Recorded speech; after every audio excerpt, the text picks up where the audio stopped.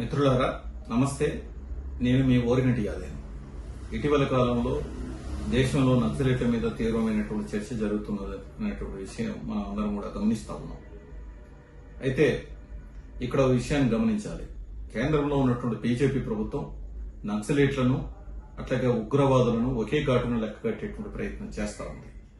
ఇది మనం అందరం కూడా తీవ్రంగా ఖండించవలసిన విషయం.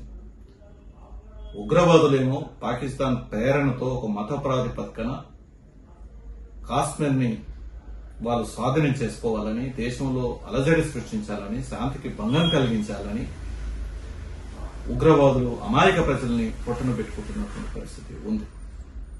కానీ నక్సలైట్లు అలా కాదు. నక్సలైట్లు పుట్టింది పశ్చిమ బెంగాల్లో నక్సల్బరి గ్రామంలో 1967లో. అక్కడ జరుగుతున్నటువంటి సామాజిక అణచివేతకు వ్యతిరేకంగా, దోపిడీకి వ్యతిరేకంగా, అదేవిధంగా అక్కడ అనేక సమస్యల్ని, కూలీ రేట్లు పెంచాలని, అనేక సమస్యల మీద పెత్తందారులకు వ్యతిరేకంగా జరిగినటువంటి పోరాటంలో భాగంగా విజయం సాధించారు. అక్కడ పుట్టిందే నక్సల్బరిలో గ్రామంలో పుట్టినటువంటి ఉద్యమేమి నక్సలైట్ గా రూపాంతరం చెంది దేశవ్యాప్తంగా దాదాపు 20 రాష్ట్రాల్లో దాని కార్యకలాపాలు విస్తరించుకుంది.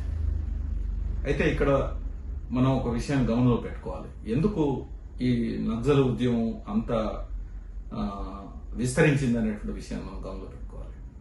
ఈ దేశంలో ఆర్థిక అసమానతలు చాలా తీవ్రంగా ఉన్నటువంటి విషయాన్ని మనం గుర్తించాలి.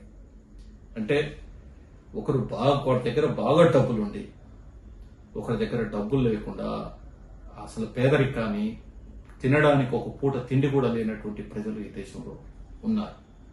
చేయడానికి పని కూడా లేనటువంటి సందర్భాలు ఉన్నాయి. అందుకోసం ఈ ఆర్థిక అసమానతలు 1955లో ఉన్నటువంటి ఆర్థిక అసమానతల కంటే ఈరోజు 23-24లో ఉన్నటువంటి ఆర్థిక అసమానతలు చాలా తీవ్రమైనవిగా, చాలా పెరిగినట్టుగా మనకు అనేక సర్వేలు చెప్తా ఉన్నాయి. మనం చూస్తూ ఉంటే 1% ధనికుల చేతుల్లో దాదాపుగా 40% సంపద పోగైనటువంటి పరిస్థితి ఉంది. 10% ధనికుల చేతుల్లో 77% సంపద పోగై ఉంది. 50% సాధారణ ప్రజల్లో కేవలం 3% మాత్రమే సంపద పోగైనటువంటి పరిస్థితి ఉంది. అంటే ఆర్థిక అసమానతలు ఎంత పెరిగాయో చూడండి. ఒక ఆదాని, ఒక ముఖేష్ అంబానీ దగ్గర లక్షల కోట్ల రూపాయలు ఈరోజు పోగుబడినటువంటి పరిస్థితి ఉంది. ఈ రోజు చూసాం 1000 కోట్ల రూపాయలు నికర లాభంగా ఆదాని పొందాడు. అంటే ఆయన నికర లాభం దాదాపు 21 నెలలకి తన బ్యాంకు లోన్లు కట్టుకోవడానికి సంపద పోగైనటువంటి పరిస్థితి ఇప్పుడున్నటువంటి పరిస్థితి. అంటే లక్షల కోట్ల రూపాయలని వాళ్ళు మరింత అభివృద్ధి చేసుకోవడానికి ఉపయోగపడ్డారు. అయితే ఈ ఆర్థిక అసమానతలు తగ్గించకుండా నక్సలైట్లని, మావోయిస్టులని, తీవ్రవాదాన్ని అణచివేయాలనేటువంటి కేంద్ర ప్రభుత్వం, బీజేపీ ప్రభుత్వం ఆలోచించడం సరైనది కాదు. ఆర్థిక అసమానతలు ఒక దిక్కు పెరుగుతూ ఉంటే, పేదరికం పెరుగుతూ ఉంటే, దోపిడీ పెరుగుతూ ఉంటే, అణచివేతలు పెరుగుతూ ఉంటే, ప్రశ్నించే గొంతుకులను నొక్కేస్తా ఉంటే, నక్సలైట్లు, మావోయిస్టులని అదుపు చేయడం అంటే, లేకుండా చేయడం అంటే ఎట్లా సాధ్యమవుతుంది? ముందు ఎక్కడ పుట్టింది, ఎందుకు పుట్టింది అనేటువంటి దాని నుంచి, అక్కడ ప్రశ్నల నుంచి, అక్కడ ఏ లేవనెత్తిన సమస్యలు ఏవైతున్నాయో అవి పరిష్కరించండి. దాంతో అవి పరిష్కరిస్తే ఆటోమేటిక్ గా తీవ్రవాదం, నక్సలైట్లు, మావోయిస్టులు అందరూ కూడా పోతారు. కానీ మనం ఈ రోజు చేస్తున్నటువంటిది ఏంటి? దాదాపుగా ఈ కాలంలో దేశంలో 2008 నుంచి ఇప్పటి వరకు 7.5 లక్షల ఎకరాలను ఫారెస్ట్ భూమి నుంచి సాధారణ భూమిగా మార్చినటువంటి పరిస్థితి ఉంది. ఎందుకు మార్చారు? అనేక గనులు లేదు సహజ వనరులు, కంపెనీలు పెట్టుకోవడం కోసం ఆ భూమి, అడవులన్నీ కూడా మొత్తం టోటల్ గా వీళ్ళకి, పెట్టుబడిదారులకి దారదత్తం చేయడం కోసం చేస్తున్నటువంటి పరిస్థితి.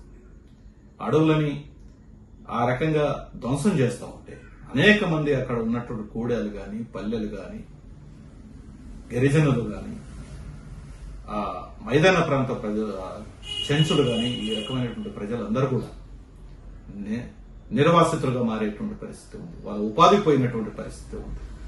వాళ్ళని పేనం నుంచి పొయ్యిలో పడేసినట్టుగా ఈ పాలకులు చేసినటువంటి పరిస్థితి ఉంది. ఈ పెట్టుబడిదారులకి అక్కడ వ్యాపారాలను సులువుగా జరుపుకోవడం కోసం, లేదు ఖనిజ సంపదను సులువుగా తీసుకోవడం కోసం అక్కడ ఉన్నటువంటి నక్సలైట్ల అడవుల్లో ఏదైతే ఉన్నారో వాళ్ళందరినీ నాశనం చేయాలి, లేకుండా చేయాలనేటువంటి బీజేపీ ప్రభుత్వం కంకణం కట్టుకుంది. అందులో భాగంగానే 2026 నాటికి ఈ నక్సలైట్లను లేకుండా చేయాలనేటువంటి ఆలోచన ఈ కేంద్ర ప్రభుత్వం తీసుకోంది. బీజేపీ ప్రభుత్వానికి ఐడియలైజ్ గా కూడా కమ్యూనిస్ట్ సిద్ధాంతం పడినటువంటిది. ఆ కోణం నుంచి కూడా వాళ్ళని లేకుండా చేయాలనేటువంటి ఆలోచన ఈ ప్రభుత్వానికి ఉంది. ఓ దిక్కు అడవులలో లేకుండా చేస్తే ఆ సంపద అంతా కూడా మనం పెట్టుబడిదారులకు కట్టబెట్టొచ్చు అనేటువంటి ఆలోచన కూడా ఈ ప్రభుత్వం చేస్తూ ఉంది. అందుకోసం నక్సలైట్లు కూడా ఆలోచించాలి. హింసావాదాన్ని ఏదైతే ఉందో హింసావాదాన్ని మొదటగా విడనాడవలసిన అవసరం ఉంది. వ్యక్తిగత హింసావాదంతో ఏ సమస్యని ఈ దేశంలో పరిష్కరించినటువంటి సందర్భాలు లేవు. మీ ఎక్కువ సమయం కూడా నక్సలైట్లు ఎక్కువ సమయం కూడా దాదాపు 90% సమయం అంతా కూడా ఈ రోజు అడవుల్లో గడుపుతున్నటువంటి పరిస్థితి ఉంది. 10% ఎక్కడైనా ఉంటే ప్రజల చైతన్యం కోసం, లేదు ఇతర మీటింగ్ల కోసం ఉపయోగించవచ్చు, లేదు వాళ్ళ సిద్ధాంతాన్ని పెంచడం కోసం ఉపయోగించవచ్చు. కానీ ఎక్కువ సమయం అంతా కూడా అడవులో వృధా చేస్తున్నటువంటి సందర్భాలు ఉన్నాయి. ఆ సమయాన్ని ప్రజల కోసం, ప్రజల చైతన్యం కోసం ఉపయోగిస్తే ఈ దేశం మీద, ఈ అన్యాయం మీద మరింత పోరాటం చేయడానికి పదును పెట్టినట్టుగా ఉంటుంది. ప్రశ్నించే గొంతుకులకి మనం ఆయుధాలుగా మనం ముందుండి పోరాటం చేస్తే వాళ్ళ హక్కుల కోసం నిలబడినట్టు ఉంటుంది, వాళ్ళ సమస్యలు పరిష్కరించినట్టుగా ఉంటుంది. అందుకోసం ఖచ్చితంగా నక్సలైట్లు కూడా ఆలోచించాలి. హింసావాదం విడాలి. హింసావాదం మొన్న చూశాం. నిన్నగాక మొన్న నంబాల కేశవరావుని, మావోయిస్టు చీఫ్ ని భద్రతా దళాలు, మన పోలీసులు వాళ్ళని మట్టి పెట్టినటువంటి 27 మందిని మావోయిస్టులని కాల్చి చంపినట్టుగా వచ్చింది. దాని చీఫ్ నంబాల కేశవరావు ఆలేసు బసవరాజు చనిపోయినటువంటి కాల్పుల్లో చనిపోయినటువంటి పరిస్థితి ఉంది. మీ విలువైనటువంటి ప్రాణాలు ఏవైతే ఉన్నాయో అవే ప్రజల కోసం ఉపయోగిస్తే ఎంత చైతన్యం పెరుగుతుంది. అందుకోసం ఆ పద్ధతిలో దాన్ని మలచవలసిన అవసరం ఉంది. ఆ రకంగా వీళ్ళు చనిపోయిన సందర్భంగా కేంద్ర హోంశాఖ మంత్రి అమిత్ షా చాలా ఆనందాన్ని వ్యక్తం చేస్తా ఉన్నాడు. లేకుండా చేస్తామనేటువంటి పద్ధతిలో మాట్లాడుతూ ఉన్నాడు. అదేవిధంగా మోడీ కూడా అదే రకంగా మాట్లాడుతున్నారు. నిజంగా బీజేపీ ప్రభుత్వానికి చిత్తశుద్ధి ఉంటే, కేంద్ర ప్రభుత్వానికి నక్సలైట్లు లేవనెత్తినటువంటి సమస్యలు, లేదు నక్సల్ బరిలో ప్రారంభమైనటువంటి ఉద్యమం ఎందుకు ప్రారంభమైంది అన్నది వెలికి తీయండి. అక్కడ ఉన్న ఆర్థిక అసమానతలు, అక్కడ ఉన్న దోపిడీ, అక్కడ ఉన్న పెత్తందారి విధానం, అక్కడ ఉన్న సామాజిక అణచివేత, అక్కడ ఉన్న నిరుద్యోగం, వీటి మీద చర్చ పెట్టండి. అక్కడ శ్రమకు తగ్గ వేతనం లేకుండా ఉండడం, కూలీ లేకుండా ఉండడం, వీటిని పరిష్కారం చేయండి. ఈ రోజు చూస్తా ఉన్నాం అనేక కంపెనీలు 12,000కి, 10,000కి, 8,000కి 12 గంటలు జీతం చేస్తున్నటువంటి పరిస్థితి ఉంది. మరి ఆ ప్రజలకు ఎక్కడ తినడానికి కూడా నెలవారీగా కూడా ఖర్చులు జరిపోతున్నటువంటి పరిస్థితి, ఖర్చులు జరిపోతలేవు. మరి వీళ్ళందరి సమస్య ఎందుకు మనం పరిష్కారం చేయడం లేదు? ఒక దిక్కేమో లక్షల కోట్ల రూపాయలు వాళ్ళ సంపద మరింత పెరుగుతూ ఉంది, ఒక దిక్కు పేదవాడి సమస్యలు మరింత పెరుగుతూ ఉన్నాయి.